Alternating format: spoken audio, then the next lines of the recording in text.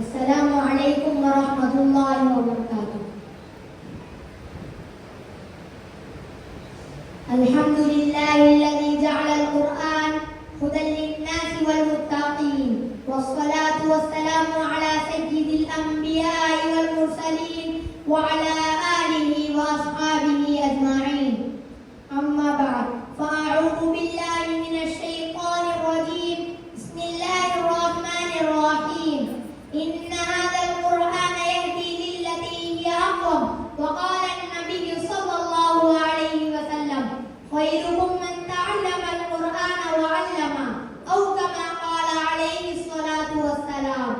قابل قدر صدر جلسہ حضرات علماء اکرام و مہمانان خصوصی، آج میں آپ حضرات کے سامنے قرآن مجید کی فضیلت کے بارے میں چند باتیں پیش کرنا چاہتا ہوں۔ بزرگوں اور دوستوں، ہم سب کا اس بات پر یقین ہے کہ قرآن مجید خدا تعالیٰ کی کتاب ہے۔ زمین و آسمان کے بادشاہ کی طرف سے ساری انسانیت کے لیے اتارا گیا۔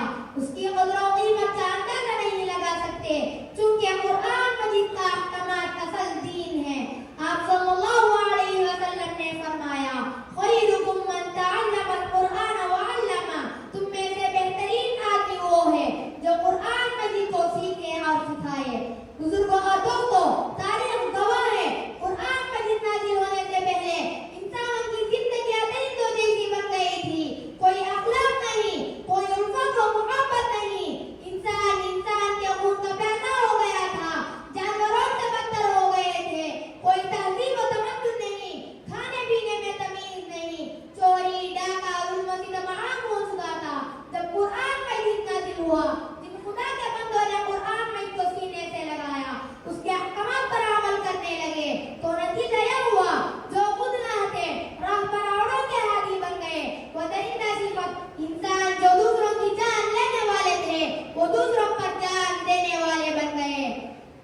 وہ نادان جو گھر کے انتظام کبھی نہیں چلا سکتے تھے، اب بڑے بڑے ملکوں کے حکمران بن گئے۔ وہ راہزن جو ڈاکہ ڈالتے تھے، اب عبادت کرنے والے بن گئے۔ ان کی دشمنی وہ دوستی سے بدل گئی، ان کی جہالت علم سے بدل گئی، ان کا کفر ایمان سے بدل گیا، ان کی غفلت ذکر سے بدل گئی، ان کی عداوت محبت سے بدل گئی، ان کا ظلم رحم سے بدل گیا، ان کا پورا گندا معاشرہ پاکیزہ بن گیا۔ قرآن مجید کے ذریعے اتنا بڑھ گیا کہ قیامت تک آنے والے انسانوں کے لیے نمونہ بن گیا۔ معلوم ہوا کہ یہ کتاب معمولی کتاب نہیں، بلکہ پتھر دل انسانوں کو پگھلایا اور لاکھوں انسانوں کی زندگیاں بدل دیا۔ ان چند باتوں سے تقریر ختم کرنا